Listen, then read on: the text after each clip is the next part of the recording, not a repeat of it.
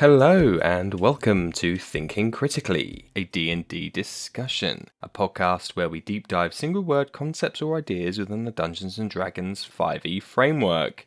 My name is Darrel, and I like all kinds of games and the crunchy mechanics that make him tick. You can find me on Twitter, Facebook and Instagram, and I'd really appreciate a like or a follow. Today, I am joined by the whole cast of Bar one. No Small Roles. Oh, excuse me. Sorry. Yes, bar one of No Small Roles. Grace, thank you for volunteering. Oh, no.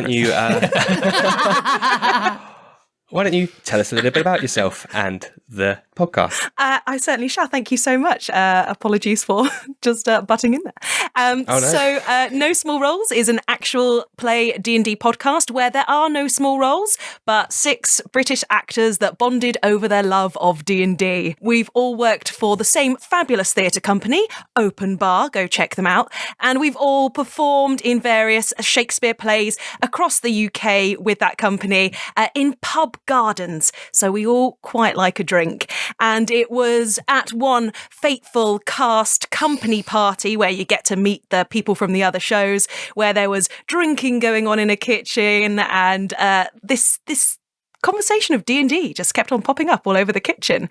And at one point, baby David, our DM, decided to produce a D20 from his bag. And so the plan to start actually playing D&D between actors that knew what it was and didn't was hatched.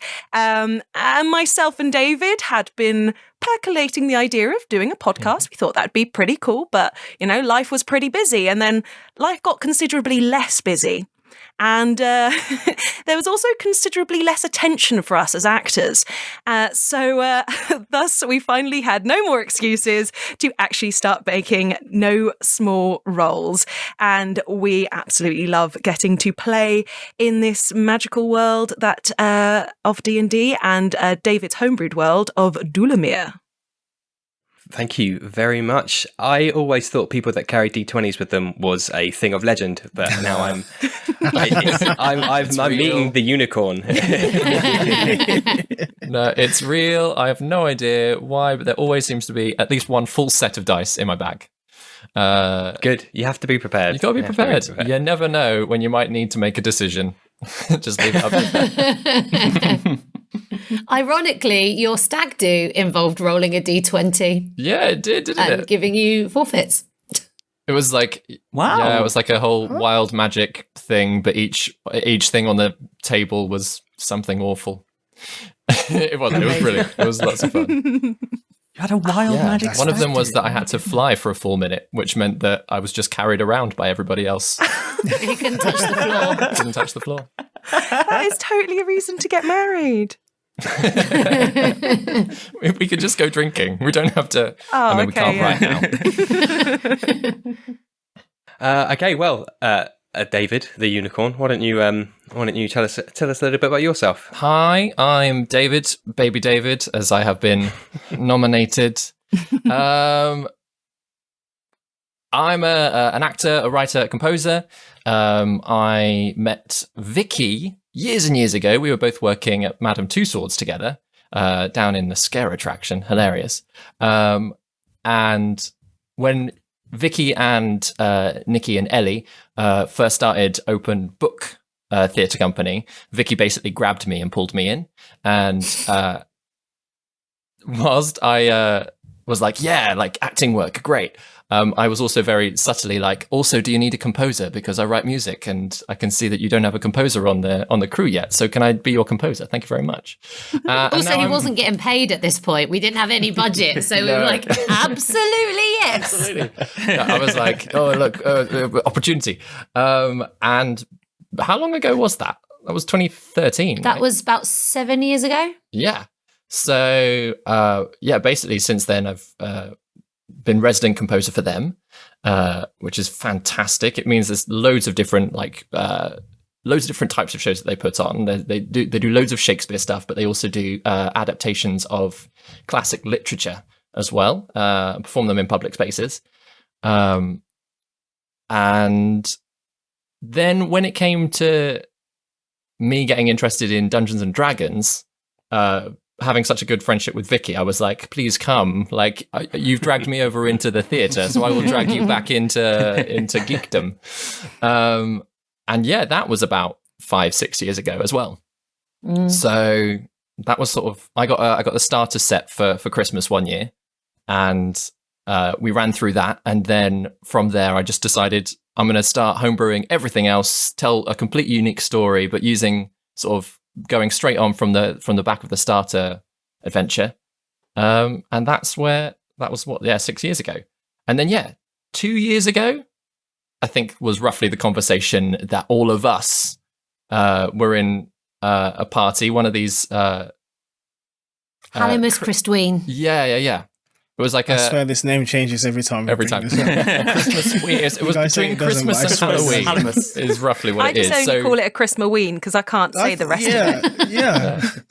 And it was like, as Grace said, it was literally different conversations on opposite sides of the room. And every time one conversation would start up, you saw people in the other corner, like their ears perking up, looking over, being like, what? What? I want to join in that conversation. And then start a different conversation with whoever they were stood nearest, until eventually we were all chatting together. So then me and Grace got into a conversation because we were like, great, let's play D&D. But then after a few games, we were like, how do we start a podcast? Let's take that leap. And so then basically I spent a lot of time rushing around trying to like prep as much stuff as possible, so that when we dove into it, like we could just go full hog. Use the homebrew world I'd been using in that first game with Vicky, and which that campaign is still running to this day, isn't it? Yeah. And then and here we are 6 months later. What? 6 months? It's a bit mad. Blimey. Spinning a lot of plates. You're as brave or as foolish as I am as well with making a homebrew world. Still quite haven't decided what side that falls on, but no idea. And I spend far too much time thinking about it as well. It's the worst. The worst it is for me is when I'm like just turned out the light and I'm lying in bed to go to sleep, and I'm like, man, that'd be really good if this happens and then that happens and then this happens, and I'm like, what? Go to bed. An hour later, and you're like, okay, I've fallen far too far down this rabbit hole. Yep. And the best thing is, I won't remember it tomorrow morning. So cool, great, not wasted time at all. Thank you, David. Ben, what about yourself? Hello, I'm Ben Galpin. The first of this bunch that I met was Vicky many years ago, because we trained together at Drama Studio London back in 2008 to 2009. So that's the first time that we met. And then since then, I've been lucky enough to be employed several times by Vicky and Nikki and the rest of the Open Bar and Open Book. Absolutely. I'm delighted. I'm Vicky and I pay for friends. Yeah, she's the boss. It's fine by me. You can keep paying for my friendship. So I met Vicky at drama school, then subsequently worked together. And the first summer that I worked with Vicky and Nikki, and at that point Ellie's company, Open Bar Theatre, I then met Darrel because we were in the show together, and David was creating our music, and Grace came in to do some clown workshops as well for us. I sure did. I got paid for it as well. Even better. There you go. More paid friendships. So that was when I met the rest of the team, I think, for the first time, unless I'd met you somewhere before. I think I briefly met you, Ben. Oh, yes. With Dracula, because I did. Day. I came in for Dracula to what was my role? Your role was supposed to be like on book in case any of us needed you, just in case anyone for the dress desperately needed a rehearsal. line. But you ended up saying more than anyone else in the cast. Yeah. I just ended up reading the script out loud to the cast. Ben Galpin is your narrator tonight, ladies and gentlemen. Yeah. And flicking through pages at one point in one of Vicky's scenes where I was just like, no, I don't know where we are. Classic Docker moment. Yeah. So I did meet David before. But yeah, that's how I met this up. Awesome. Thank you. And also, I thought I'd mention there's no preference here. I'm literally going right to left on the Zoom call. So don't feel, Vicky, you're last. Spoilers. I'm disappointed now. I was happy I was second, but now I'm sad. Darrel, can you tell us a little bit about yourself? Hey, yeah, Darrel here. Similar to everyone else, one Vicky Gaskin paid for my friendship, and she has it till my last dying breath. I paid for your friendship straight away. I hired you before you were a friend, so you were like, I was in there paying you. That's the rub. That's the rub. Yeah, I auditioned to be in Open Bar's production of 12th Night, which is where I met Ben, David, and Grace on that job.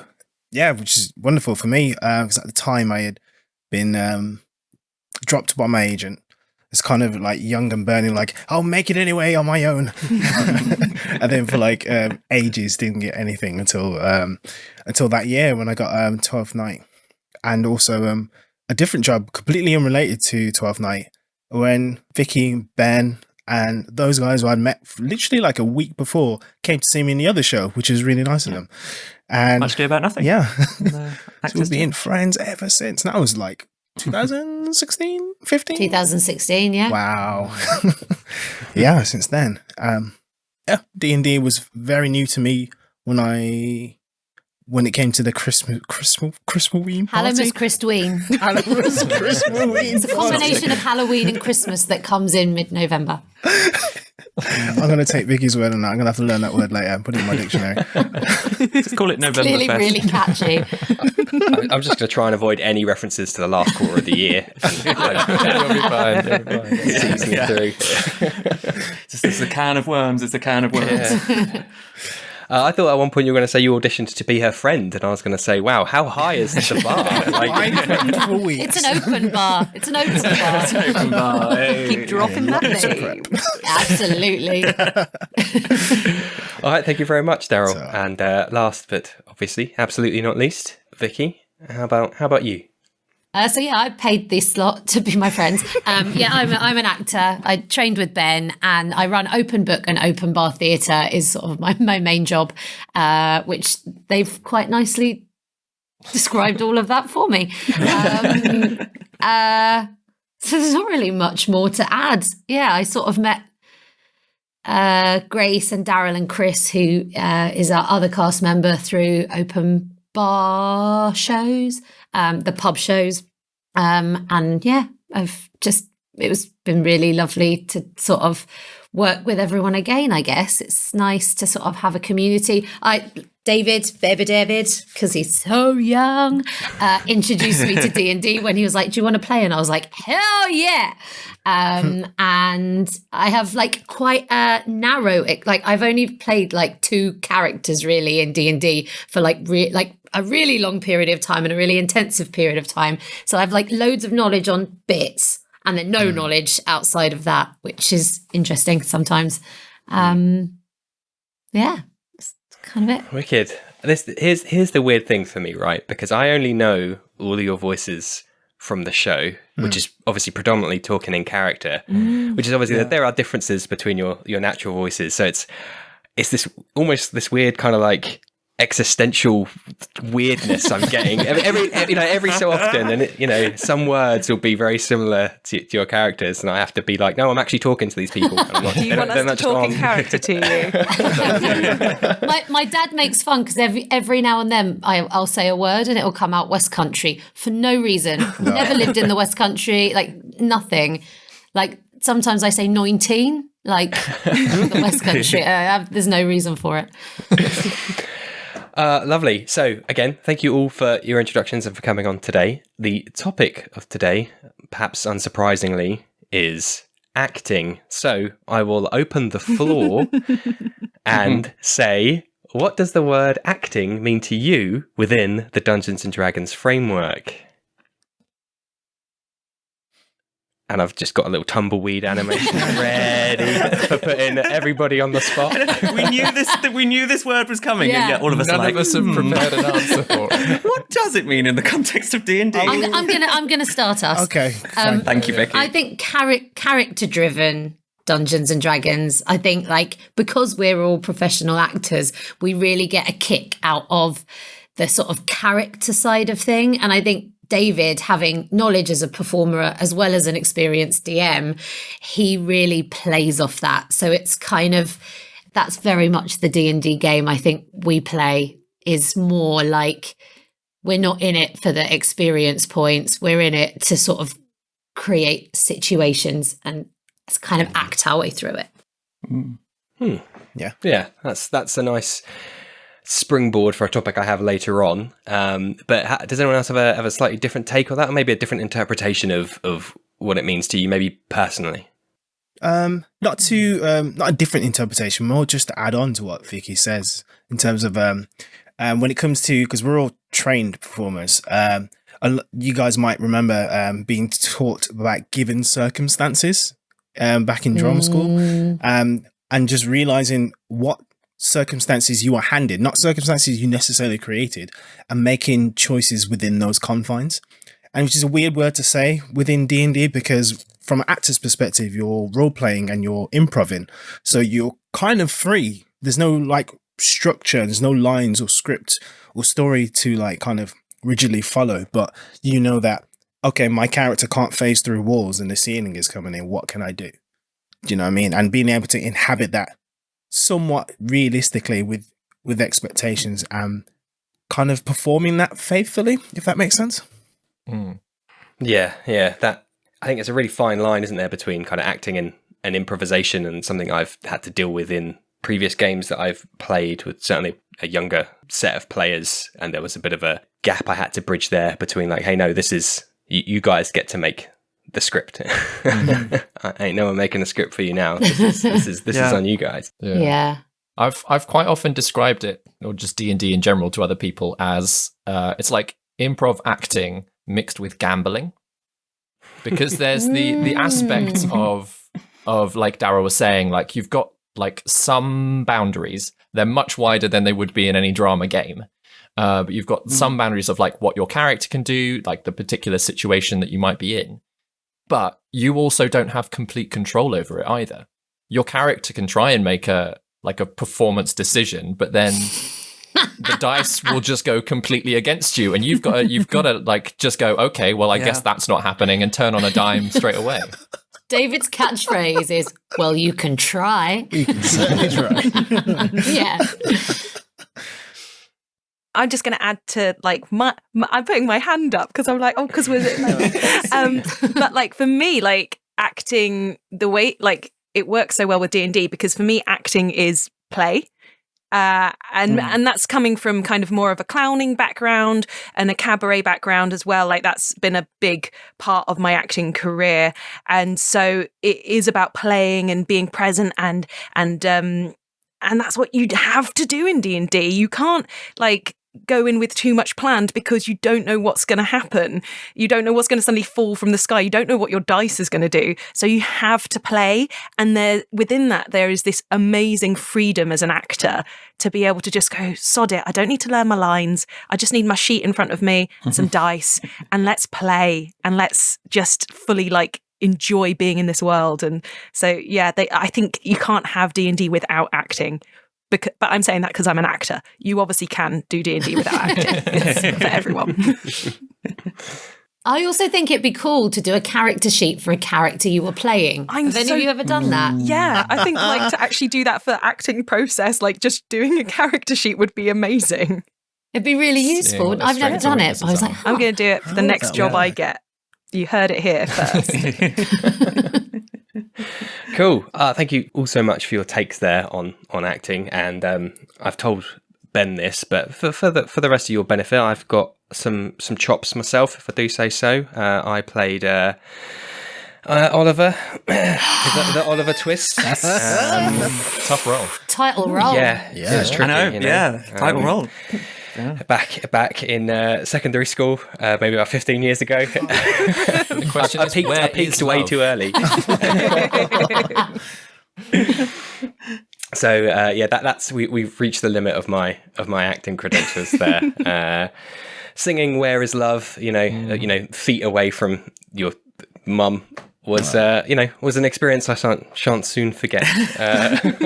Was she on stage as well? I know, like, it was a weird setup. I was on like a table like in front of the stage, I think. Yeah. It was quite like an immersive production. I think I was just happy to be doing something, I think, at that point. So I was swinging my legs under the table and I got told to stop because I was singing like it's a pretty sad song, right? So Stop looking happy. For context, I was like, young. I'm not young anymore. So this wasn't like last year for anyone listening. Traditionally, Oliver is quite a young role. If you played it last year, I think the casting was a little less off. facial. When I shave, I do knock off about 10 years, but not quite. Absolutely. I'm not denying that you've got a very flexible age gap. It's fine. So one thing I wanted to ask, and we've touched on it a little bit so far, but I wanted to go into it a little bit more detail, is how do you think that your experience in your careers acting in real life has impacted or affected your performance at the table, as it were? And I know some of you have got some experience not for the podcast, and so maybe question 1B would be, is there any further differences between those two? Yes. Between Absolutely. D&D on a podcast and D&D not on a podcast. Well, so as a starter for 10, Right. how your experience as career actors has shaped your table play, which I hope isn't a term that I've now. I think that's what you were doing in Oliver Twist. Table play. It's just Danilo on a Ben is table, on it. swinging his legs. It was Yeah, I was very actually the only avant-garde. cast member. It was. Man, Oliver So Twist. intense. Oliver with a And your mum was the only audience member. So it was Oh, okay. Cool. Still in the school hall though, so that was Come nice. So if anyone wants to take the bait on that one. Yeah, sure. Etiquette, I'd say, in terms of like, again, loads of drama school memories are just floating through my mind right now. Serving the writer or serving the story, and also knowing what one of the best exercises I ever did in terms of performances. What does the space need? And whilst in D&D, you don't really know what the overall story or outcome is going to be. You as a performer gain an instinct of knowing what does this need right now. Like, you have your turn in combat to cast your spells and make a movement, or when there's dialogue happening between characters, if you're not there or it doesn't really involve you, you know when to give people space. And if you know that someone wants to come in, you kind of give them that room. You kind of sense it out. It's kind of like an unspoken agreement that everyone acknowledges that, okay, this person needs this space to do this, and they're gearing up to do something here. I can back off a little here. And I think being online, you're much more aware of it, as there's, of course, like discrepancies between internet speeds, and you're careful not to talk over each other because of editing. So, and also just balancing that in between. And it just kind of came to mind when Grace put her hand up and like, we still remember our manners, even though we're like not physically in the same room. So I haven't really answered your question that well when you said, how does your career affect your table play? But it's kind of like, again, instincts gained from working and training, I'd say, for me, at least.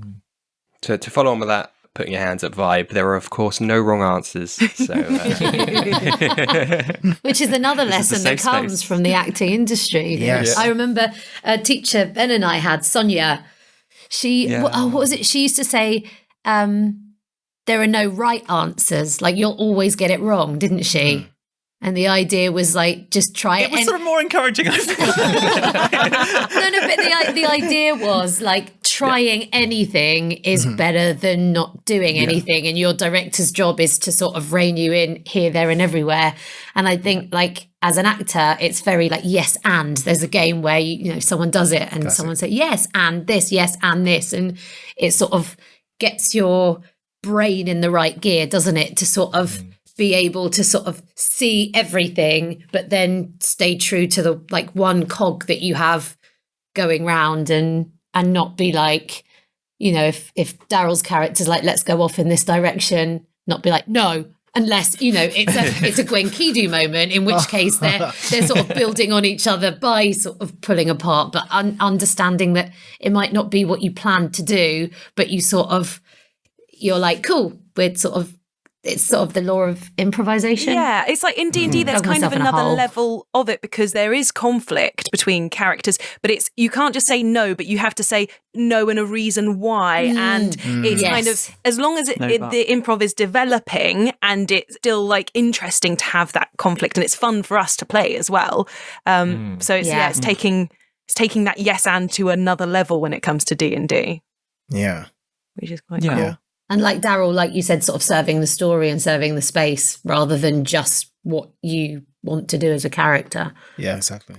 Yeah, that what does the space need? I'd really like, and it's something I've struggled with articulating in such a way, and that's a really good way of putting it to not only my players, but I've mentioned on previous episodes, like serving the story. What does the space need? Just knowing when is not the correct time, because I guess there isn't really ever a correct time, but knowing when is a good time to step back, or when is there a good time to be like, hey, these characters need some space, I'm just going to shut up and not just be like, I buy 2 flagons of ale. Okay, these two are trying to have a moment here. Like, could you not? Yeah. So knowing that, I think, is a huge deal. So it's cool that you're saying that, you know, you guys are getting that in part from the experience you've had in acting. I actually just wanted to, just as a thing, found being an actor a bit of a hindrance in my first ever D&D game, because I was so nervous. It was a game with some friends who had told me about D&D, and I was just like, oh yeah, sure. And like you're an actor, you'll be good at it. And then in comes the self-doubt and the, oh, I'm supposed to be good at this because I'm an actor and I've got to be good at it. And I closed up at the table. Like, I only played a couple of sessions of that campaign because I just felt so, I felt the pressure of having to be good at it, and they nobody else at the table was putting that pressure on me. It was me putting that pressure on me.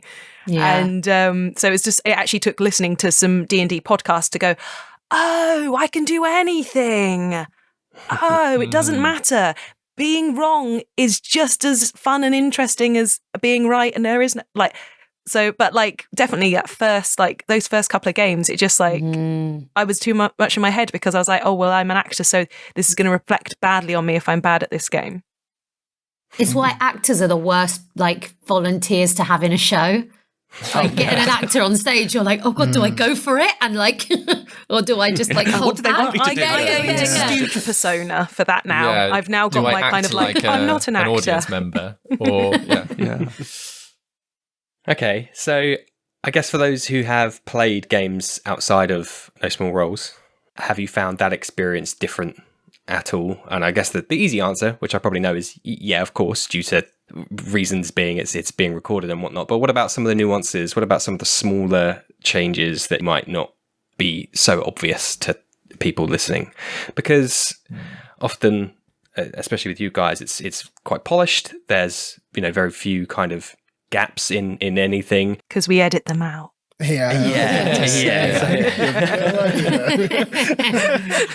definitely take No Small Roles much more seriously. And the last time we played, David, I went away and was like, there's things I do in that campaign that I was almost a bit like, I need to take some of this spirit and put it into No Small Roles, because I think you know, it's a podcast, and particularly as we've been really lucky to have some really lovely feedback, I personally feel like, you know, there's a responsibility to remember what your character's doing and to really drive the story on. Whereas I play a -2 intelligence dragonborn barbarian in the other campaign, and we were fighting some Yeti a few weeks ago, and it almost feels like there's no consequence. Like, you're not being recorded, so if you say something, it just goes out into the ether. Whereas with No Small Roles, there is a duty, isn't there, to sort of drive the story on. And it's not that it's not fun, but I do feel like there is a responsibility, which I think is nice, because I do need to take it more seriously, because I can't bumble around with -2 intelligence as Juna. But I've been thinking a lot about that recently, so it was a very poignant question for me. It's true though. I feel like compared to the two games, the prep work that I do going into like the home game is a lot less. Like, I'm not worried if I can't remember a character voice. I'm not worried if it doesn't quite make sense to something that's happened beforehand. Whereas like the character prep, it's not a huge amount. There's too many NPCs for one DM to think about. But the character prep that goes into the podcast, like I'm actually making notes about, which I don't for the home games. So that kind of like an actor prepares moments. Yeah, there is a lot more of it that goes in, like you say, Vicky, because there's, again, it's really fun. I'd quite happily spend my entire life just planning NPCs. It's just really indelible, isn't it? Exactly. And it's for other people, not just for yourself. Yeah. I'm aware that we're there to have fun, but that other people are going to be following it as well. So there needs to be some consistency for them. Yeah. Yeah. I think that, like I've played in a few other like games and campaigns and stuff like outside of this, and like I've DM'd one for a little bit of time. And I think like with No Small Roles, I think it is much more when we're playing this game, partly because of the style of the players, but also I think a lot because it's a podcast and we're aware that it's being put out and it's a story and all of that. Like it does feel much more, I think, story sort of driven and roleplay driven than some of the other games where you can be like, let's just go and bash up some monsters for 4 hours and roll some dice and have a laugh, and that's fine. Like, and that's really fun. And I think No Small Roles, we're much more aware of like character all the time, much more aware of sort of plot, much more aware of that thing we were saying earlier about Darrel, like you saying, like giving everyone the space that they need and sort of all of that. And like, okay, this is a really nice scene, so really want to make sure that this scene plays out sort of nicely for an audience point of view as well. So I think there's lots of other considerations, I think, like that you take on when we're doing like a No Small Roles episode compared with this let's roll some dice and It's like we're all kind of taking a bit more responsibility for the story together. It's not, I feel like it's not so much on the DM's shoulders as it might be in another game, but like because we all have to be like in it and present, we're all thinking about keeping an eye on things and really taking in character names and stuff because it's important. And I kind of have been really enjoying that and want to take some of that back to my more home games and actually be more attentive, because it's really fun the more you get into it, and this story we're all building together, it's like it's bloody cool. Yeah. I think that's the difference between doing it for a podcast, doing it in a home game, and also being an actor in either of those situations. Just make it everyone here is like, the answers that everyone just gave now, they're all like aware of an audience. Do you know what I mean? Whether that audience is themselves because they enjoy investing in that story, or the fact that, what I do and say, someone's going to listen to that, and I have to make this enjoyable for them. Whereas people, I don't want to speak for everyone who is not an actor.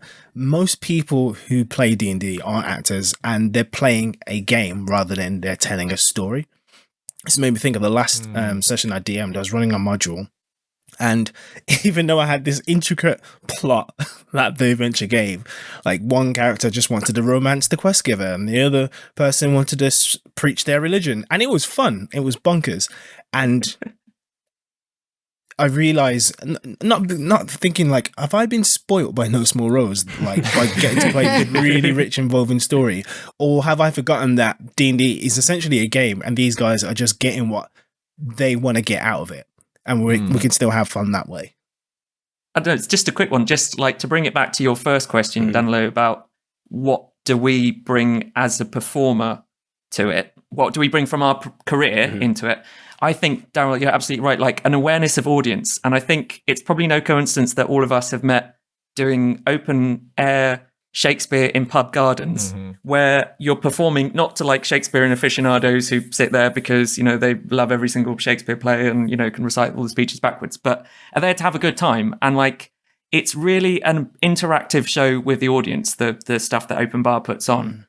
And I think you just have to have like an audience awareness performing in that kind of show. And I think that, And as the person who's employed you all to do that, like what everyone in No Small Roles has is that ability to do that, which is why they got those jobs in the first place. Because you have to, when you've got, Tony, whose wife Sandra's dragged him down to watch some Shakespeare with the promise of a pint in the middle of it. or three. Or many. Like you say, Ben, you've kind of got to have that sadistic side of you where you kind of know that it all could really crumble at any given moment. Yeah. And embrace that to an extent as well. Yeah. You want to push that line right up to crumbling point and go, okay, we'll take it back now. We'll take it back. Yeah. Walk on the cliff edge. Yeah.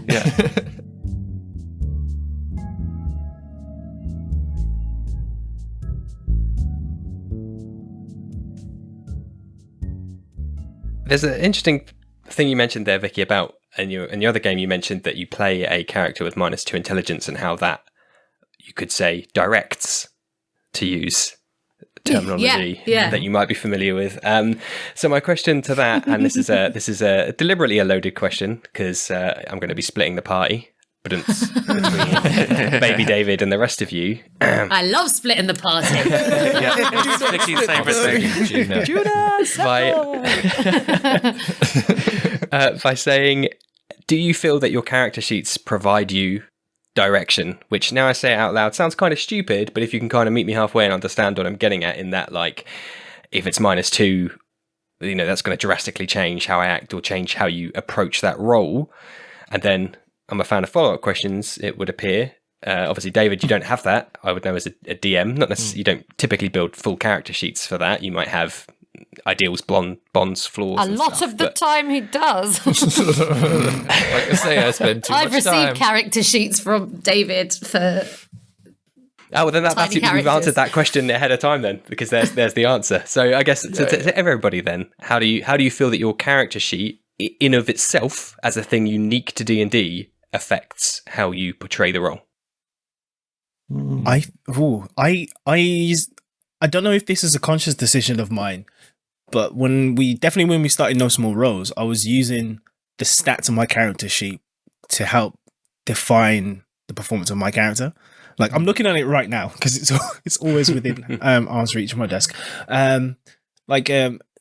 Enkidu's character, his highest stat is charisma, and I remember there was a scene where Gaius, played by Chris, who is not with us today, and Enkidu were chatting to 2 or 3 young women in a pub, and I thought, well, I've got charisma, I'm a warlock, I should put on some charm, and I had an attempt of that.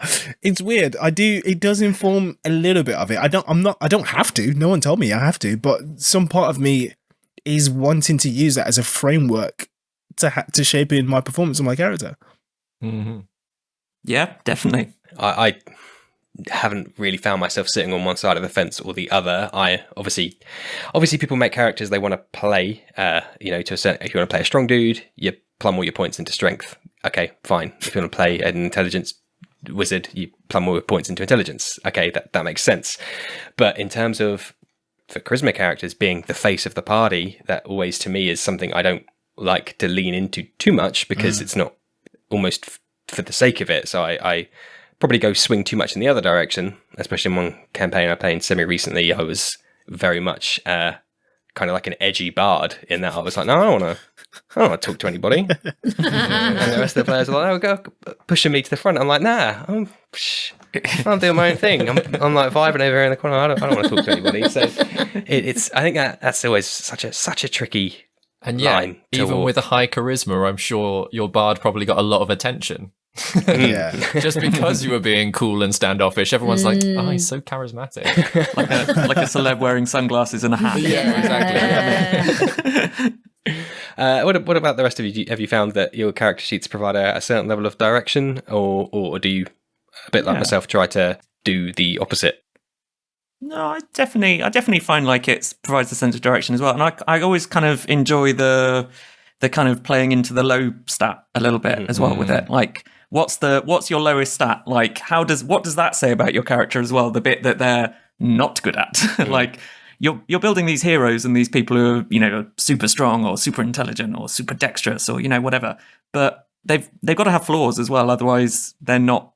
I don't think they're interesting. Otherwise, or they're not as interesting. Certainly, and certainly again for leaning into a podcast. Like I think you want to explore flaws and all of that. So with Orin in particular, like charisma is his lowest stat.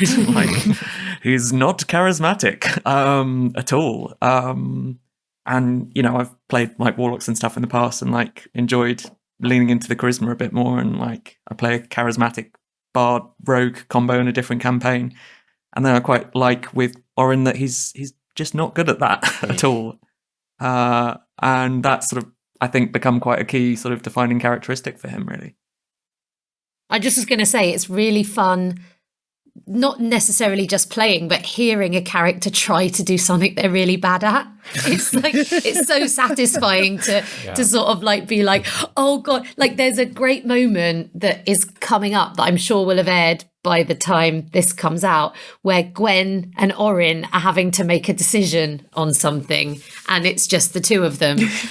Which also doesn't give any spoilers if anyone hasn't watched this particular episode. And there's something so joyful as the two characters that aren't the ones to necessarily jump into the we're going this way, we're going that way, and sort of see how that plays out. It's really, really fun, I think, as a sort of listener. Yeah, like our character like sheets can give us building blocks to like use and have fun with. Like it's a fun way of kind of building your character, is going, okay, well, what did the dice tell me that my character is? Okay, that's interesting. I'm gonna use this build to inform this part of their personality and stuff, or it's going to inspire, like for example, like you deciding to go against certain stats, like it's inspired you to do something different. Like, okay, that's what it is, but I'm going to twist that. And like, I think that's really fun. Like what Vicky was saying, like the idea of making a character sheet for a character we were playing in a play is really useful because it just gives us more to play with, like building blocks that can be manipulated and like Play-Doh, but rather than just having a blank canvas and not knowing where to start, you've got things to help you. Yeah. I think the other thing with that as well, just to pick up on that, Grace, is like with skills and things, like that all leads to, that can all be a source of character building as well. So if you're like, oh, actually, I want this character to be really stealthy. And then you kind of go like, okay, his proficiency is in stealth. And then you go, why is his proficiency in stealth? Like that leads to an interesting question in your character creation to go, okay, so is this something because of his, I don't know, because of his background or because of his size or because of how he walks or what is it like, or because he only wears slippers? I don't know. Like, you definitely should make that character Ben who always wears slippers. Just wears slippers, so he's proficient in stealth. He doesn't even know why he's so stealthy. It's just because he's wearing slippers. He's like, I just woke up to people. No one's I've got a tabaxi that wears slippers, and that makes a lot of sense now. Tabaxi don't need shoes, do they? She does. I'll have to tell you all about her sometime. She's got an in-depth backstory. Is she very stealthy though, Grace, is the question? She is so stealthy. And she wears a lot of knitted things. It's her slippers. Slippers. I think she packs her knitting needles separately. Yeah. I do think it's interesting that even if you were to use your stats as a building block for how to describe your character, not just in a mechanical sense, but in like a backstory and a sort of a personality sense. The thing is that like the 6 basic stats, there are so many different directions that you can go in just off of those anyway. Like somebody who's got a really high intelligence doesn't necessarily mean that they are incredibly educated. Like in the same way, like it's not that they've gone to college and university and like spent thousands of years studying like the depths of the art. They might have just been really intelligent streetwise, and they've got like they've learnt things from people, from talking to people rather than from studying in books. Like that's a very rushed example, but like they can be used. All of these things can be used as building blocks, but there's still so much choice in and of each one anyway. So you're not necessarily tied to an exact number. Like a more not like- simplistic would be like a heavyweight lifter versus a ballerina. They're both really hella strong, but in very different ways. Yeah. Yeah, definitely. Yeah, I think that's and I mentioned that a lot of newer players don't often appreciate might be there, but on the same breath, it can act as a crutch. Is maybe too negative a word, but a supporting thing to say, well, I don't know what the hell this game is. Let me just read these numbers and kind of go from there. But one thing you mentioned, Ben, about playing to your weaknesses is something I'm super, super, super keen and fond on, and I love. And it. I would say it makes the character have more humanity, but of course that's a bit species specific within D&D. So be more rounded, I guess, is the species agnostic way of doing it. And a short campaign I was just playing in, we had a necromancer wizard in the party who had garbage charisma and wisdom, for that matter. And we just entered a small hamlet, and there had been a murder by allegedly some undead horrors during the night, and there's a bunch of townsguard and people outside being like, oh, we're crying, we're sad, someone's died, usual kind of stuff.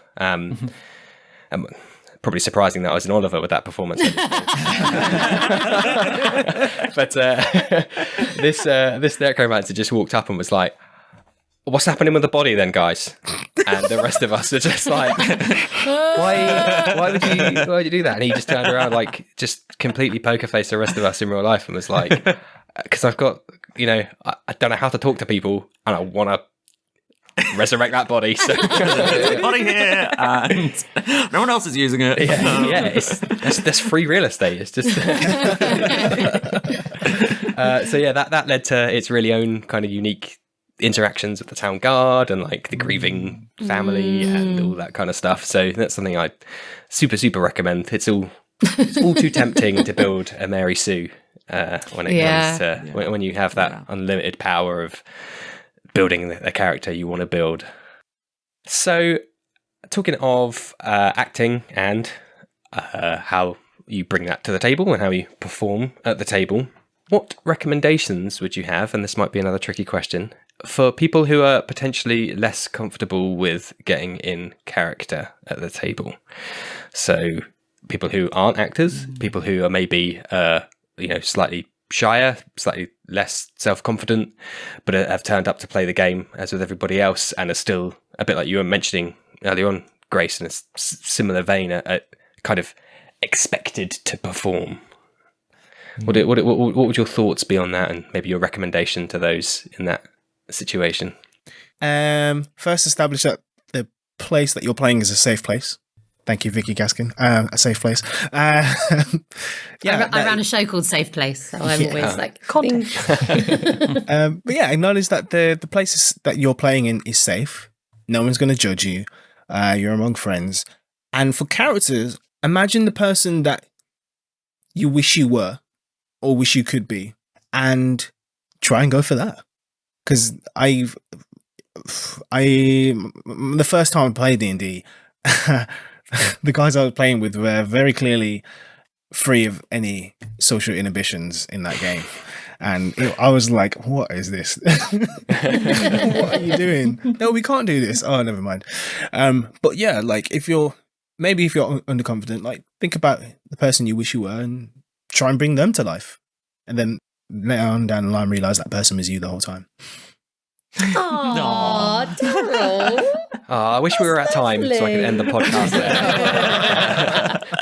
Darrel will say something profound later. It's fine. Yeah, that's what Darrel does. Yeah, I've got them in fortune cookies. Let me just. I would buy those. I think if I was not an actor and wanting to put together a character, I would recommend to somebody to draw inspiration maybe from their favourite film or their favourite book or something like that, to go, do you know what, I like this character, or this character's interesting, that they could go, hey, that's going to be my base, that's where I'm going to start. And whether it's because everyone can do a silly voice, if they wanted to do, or an impression of someone, and Like they could, like if there was a film that they liked and they were like, oh yeah, I can do an impression of that person. Maybe I'll use that as my starting block and then I'll develop it further. Like to kind of just give yourself something fun to start with, like something that is familiar territory so that it doesn't feel too like you out of your depth, and something you can connect to, but also something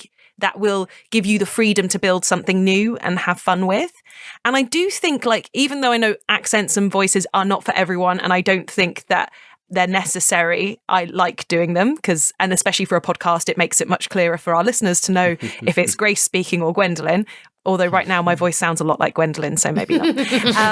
But like, it can also be a way to kind of help you get out of your own inhibitions, like to kind of help you, like, even if it's just like, oh, I'm doing a little bit more of a different voice, or I'm just speaking a bit higher, and that's the way that I'm going to try and feel like it's not just me, because then you can be like, okay, it's the character, like the character is talking. I don't have to worry about me, Grace, saying something stupid, because my character might say something stupid, and that's fine and that's good. And hopefully that would, I don't know, that would be my recommendation for somebody who felt a bit more shy about the role play sort of thing. Kind of start with something that's familiar to you and build on it, and give you ways to feel comfortable that it's not you that's being judged and your character's not being judged either, to like allow yourself to play and be free and to make mistakes. Like, falling over is one of the most important things in acting, and I think it's one of the most important things in role play is let yourself fall over, because you can get back up again. I'd actually almost say, like, picking up on that, Grace, like, try and push the character away from you a little bit if you can, because having a little bit of separation almost between the character and you might be a nice way of being like, okay, well, if I say something stupid as the character, that's the character being stupid. Like, that's not me. Like, we're completely different. Like, it might help some people, or some people might want to play something that feels sort of similar to them and sort of close to them.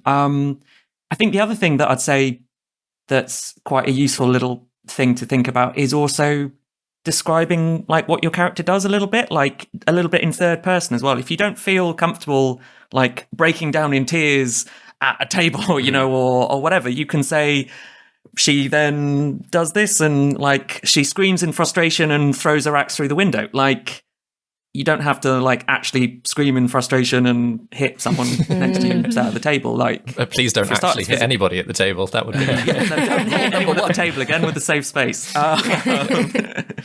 But yeah, that might just help people kind of get into the mindset of their character without feeling that they have to physically like embody everything themselves immediately. That's a good point, Ben. Like, it doesn't all have to be like voiced as your character. Like, yeah, you can drop into third person and say she. You can even sort of stay in character and be like, I would like to do this, and like talk like that and describe it in that way. That yeah, you're still role playing, you're still enjoying the game, you're still controlling that character and being that character. There's so many different ways to express that. If you are worried about the performance aspect. I think as well there are characters that I think inevitably if you are playing a character in D&D, you will grow to love that character and enjoy playing them. But I think like there are like, for example, the character I play in David's other campaign, which is a Dragonborn barbarian with very low intelligence. For a beginner, that's quite a good character to take on, because you can you don't have to worry too much about leading the party in decisions, and your focus can go on, well, how does my character sort of feel about this? And they're sort of dragged through a bit. And my natural energy is to jump in and go, let's do this. But there's something quite nice about playing that character that sits back and is like just sort of led. And she sort of goes over here and says the wrong answer. And it's sort of, there's something quite freeing about that. And I think if someone was really feeling anxious about playing a character, to maybe choose a character that does stand back a bit, to just sort of break them in. And then, your stats go up as you level up. That's the beauty of leveling up, isn't it? You can go, oh, well, I might do this subclass that gives them a bit more of this, or I might take this feat. And as you sort of grow to know the game, you can sort of building block on what is essentially sort of a child character and sort of grow out from there. Yeah, they have a story arc. You don't know necessarily where that arc is going to go, but it's building and developing and like, so there's so many different approaches to having these things, but it's also remembering that this is a collaborative game.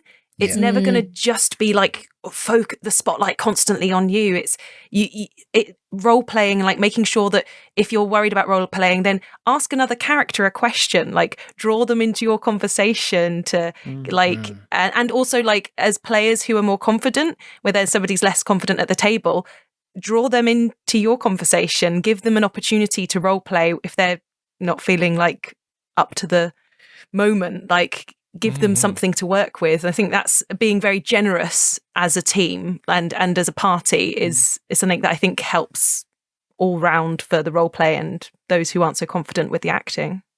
Yeah, absolutely. Yeah, trust in the process. Just adding on to what both Vicky and Grace are saying, especially when Vicky said about a child, like when you start a campaign or a session, you are a child, you and your character. You both know literally nothing. You know what you want to do and what you can do, what maybe you want to do in the future, but the world around you might not know a lot. And you're going to be asking the DM and other players loads of questions about where do we go from here and what's going on in that place over there. And as you play, if you're in the campaign, as you play more games, you learn more about the world. You get an idea of what you as a player want to get out of this game and what your character is going towards. Like you both grow from there. And yeah, trusting that process and just losing yourself in the game, you just training wheels will come off. I was mentally preparing for another profound moment, and it came. It did come.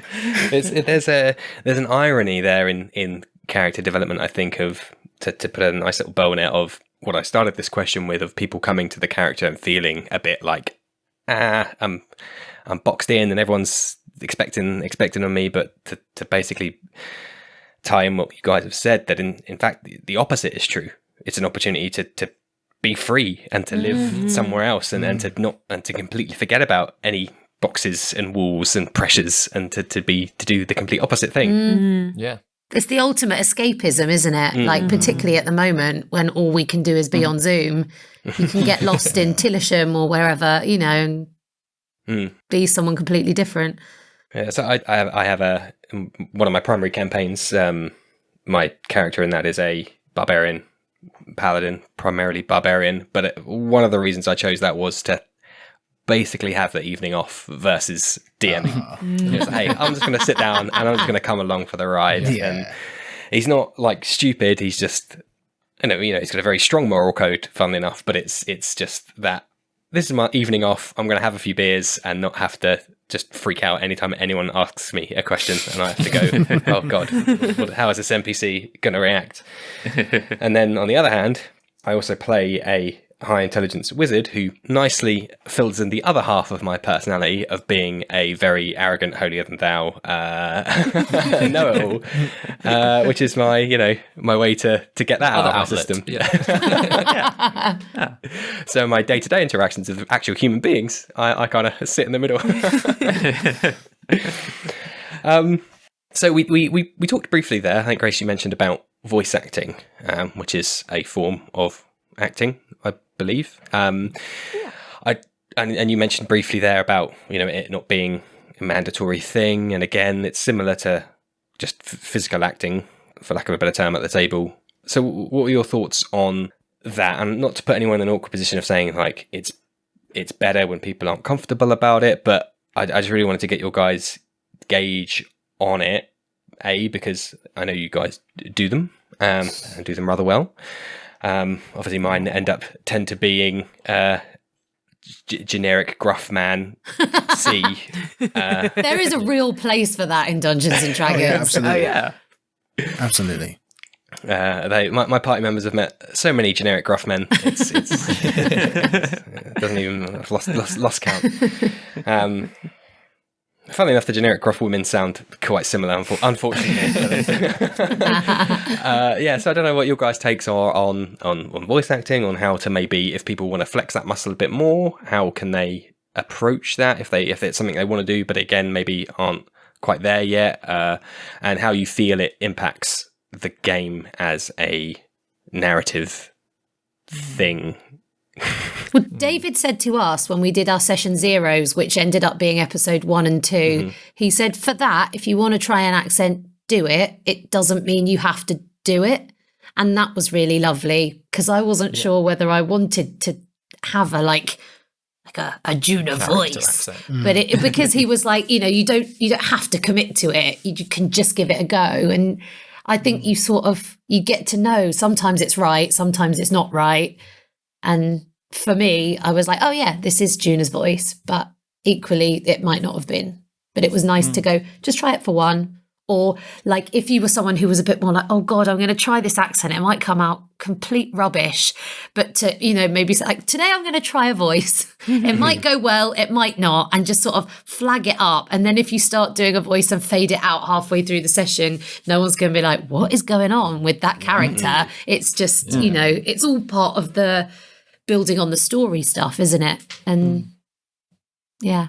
For me, like the first D&D game I ever played with David DMing, and I made a Wood Elf Ranger, Perrin, who I love.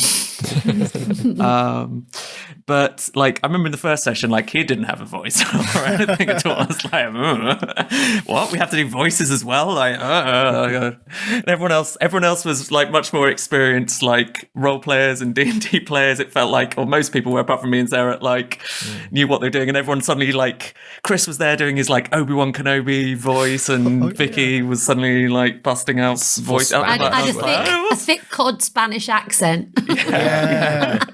It's this sort of juggling, knife throwing kind of dwarf. Am I right? Yeah.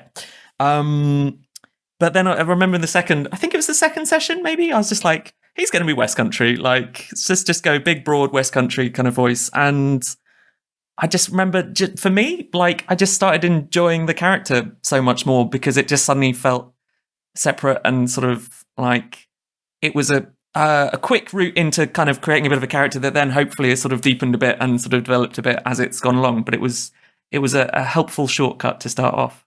But I do think, as Grace says, like, you totally don't have to, but like it also doesn't have to be. You don't have to be good at accents or anything like that. If you just are like, okay, actually he, I don't know, talks in the third person, or he's a little bit talks faster than me or slower than me, or whatever it is, like just a little something.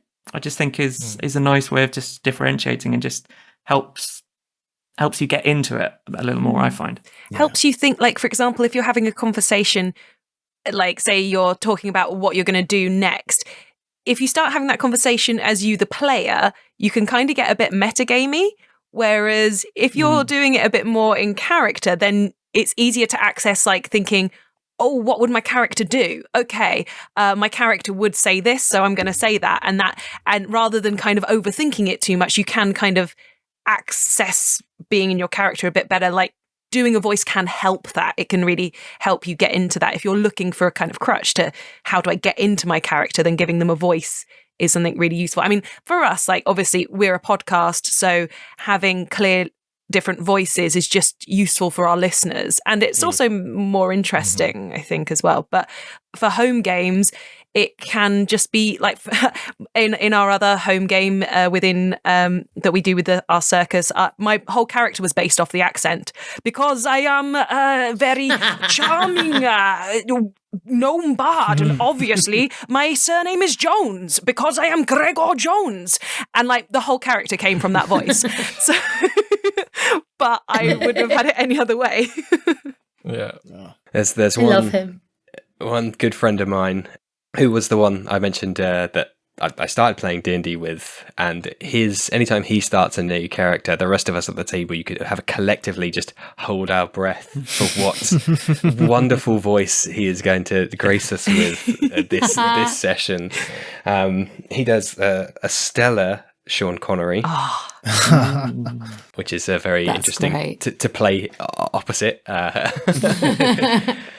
I think something you said there, Grace, about overthinking it, that's something I personally do probably a little bit too much, and I really need to get rid of that hang up of being like, okay, what do I want to say in this situation, rather than just letting it kind of, it's just happening in the moment. which I find easier to do as a DM because I think the stakes are slightly lower with 9 out of 10 NPCs in a given campaign, rather than my baby who's who's got the stakes are through the roof because he don't want to die. So, but generic shopkeeper A, he can be as flippant as he wants. And, Well, yeah, I was gonna say, like, especially from a DM perspective, like, it is worth having like ideas of different voices for different characters, but ultimately, as long as you're talking as them, like, the players will completely understand what you're saying.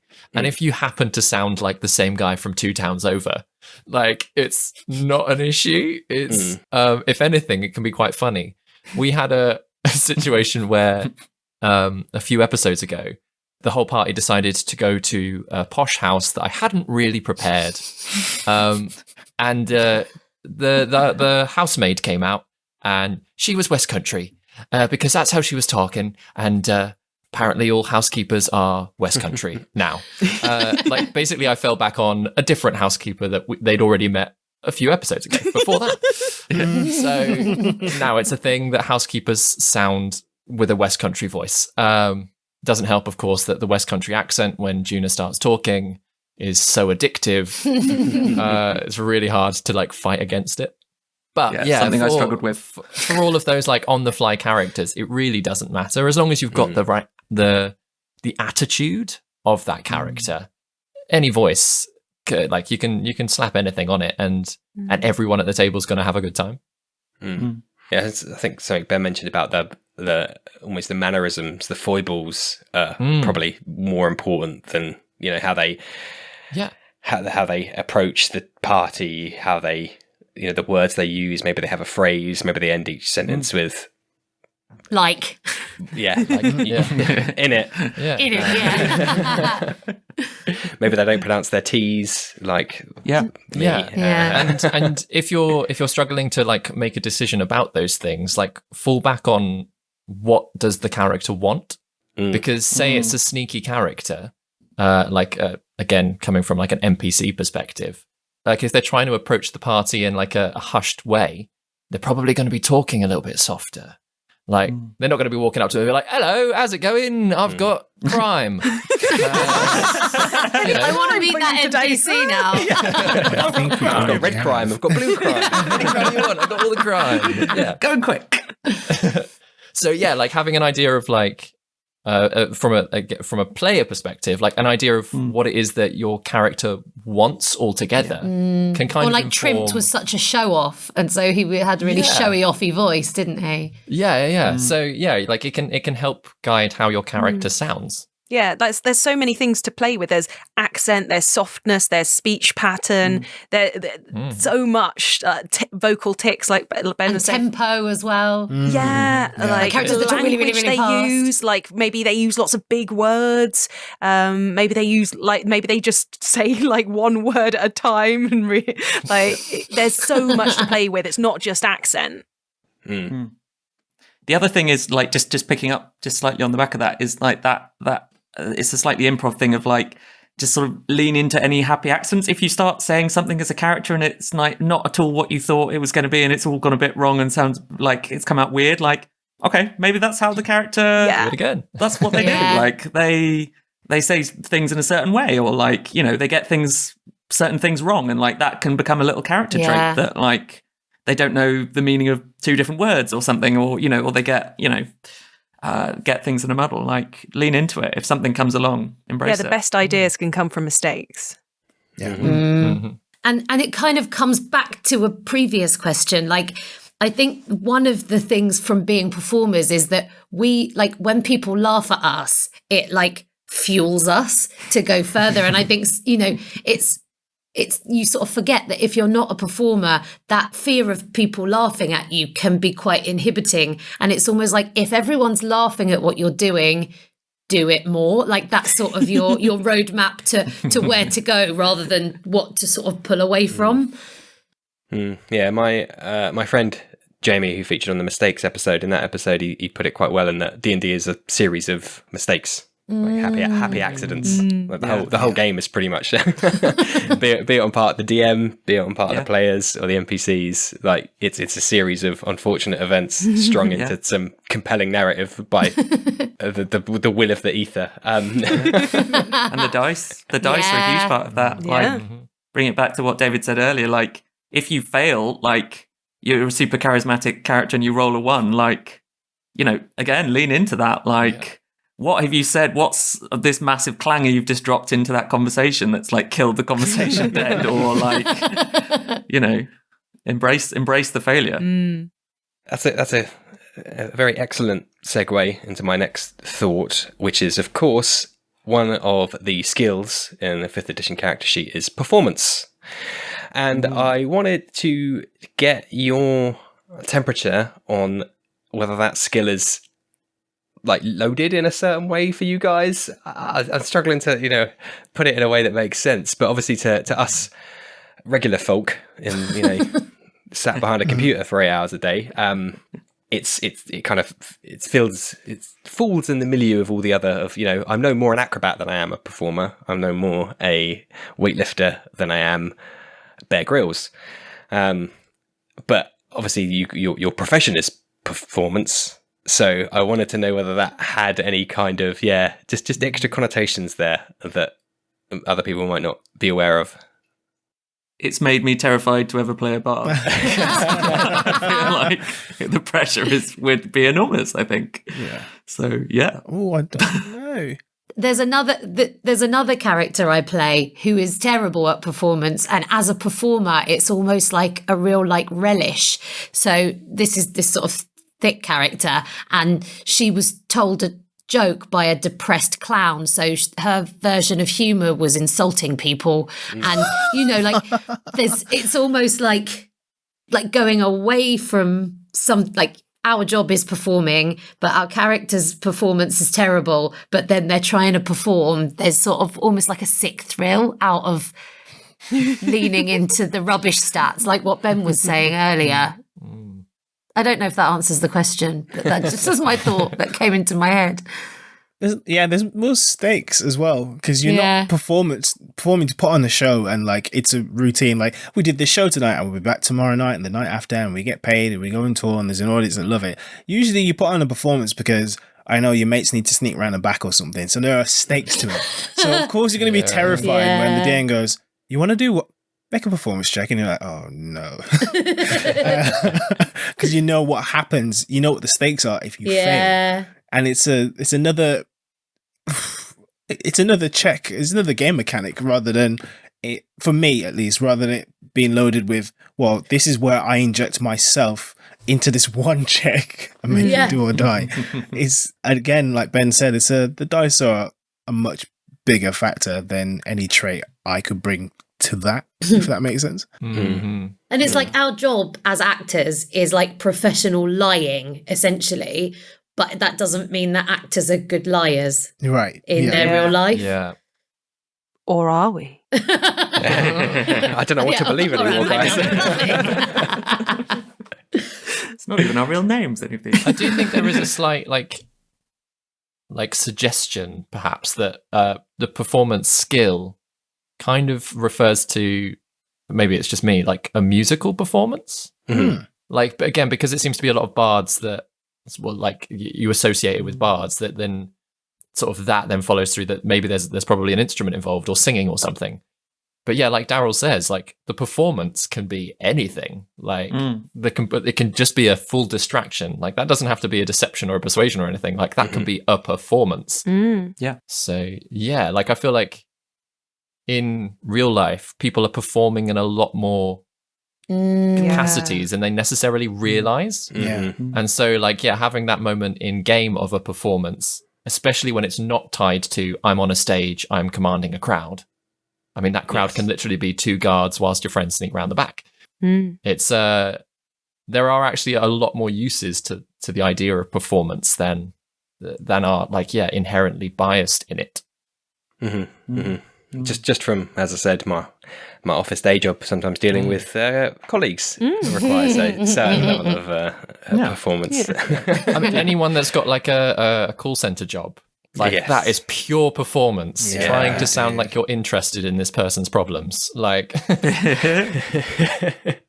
But also in the context of D&D, like I guess it can come into all sorts of different ways. Like if you're a really skilled smith, that's not a word, is it? Swords user. Swordsmith. Swordsman. Swordsman. Yeah. Swordsman. Swordsman? What's a Yeah. swordsmith? Swords person. Somebody makes them. Swordsmith. Is it someone who makes swords? Yeah. No, someone who's good with swords. Yeah. He's a swordsman.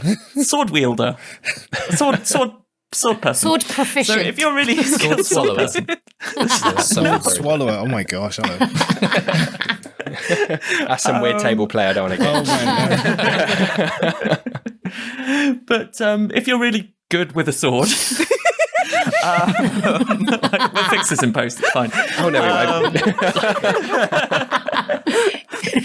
Then the performance could be like, I put on a dazzling performance with my sword, and then your DM's like, roll performance. Like it doesn't have to be I sing a song and now actually sing a song at the table, or actually do a dance or whatever it is, play the ukulele. Yeah, I always try to lean on the lesser used skills more for those kind of situations. So I think in my game, one of my players who's a bugbear, so he's a big gross monster dude. Oh my gosh. Tries his best. He wears a hood. He was pretending to sneak into a masquerade party at the front gate of the guard by pretending to be like the charity for bugbears against adventurers kind of thing. Like knock, we're knocking on your door. Can you let us in?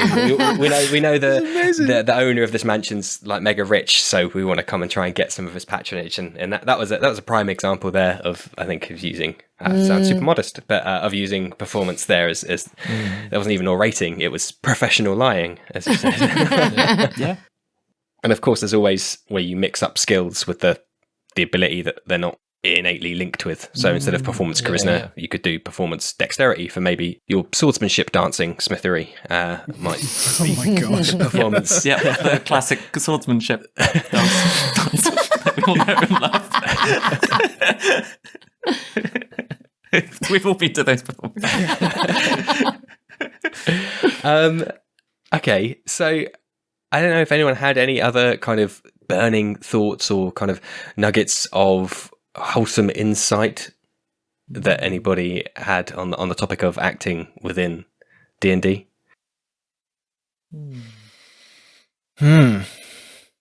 Oh, if we've mined your wholesome insight nuggets to the I was going to say, Darrel, any more wisdom for us? I've got a little one. Yeah, go on, like if I may, and I think it was one of my improv teachers who said this, and apologies to whichever one it was that said it, but they said like that I just think is useful. Like listen like a thief, like listen, which is something in improv. You're looking for the little game and you're looking for the little nuggets and stuff, and I think that's something that's like useful also to think about in D&D. Like listen like a thief. Like what's the other character saying that you can kind of pick up on and like use or ask question about or develop in some way.